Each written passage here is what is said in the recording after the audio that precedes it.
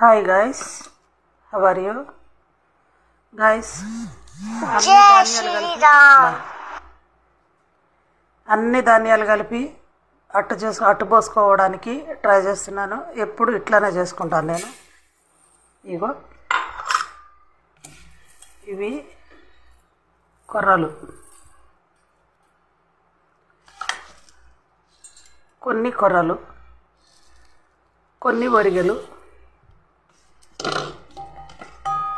కొన్ని సజ్జలు,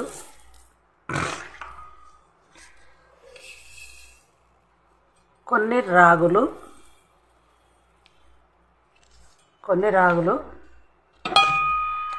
అన్నీ తీసుకుంటాను గాయస్. ఇవన్నీ ఎందుకంటే మన హెల్త్కి మంచిది.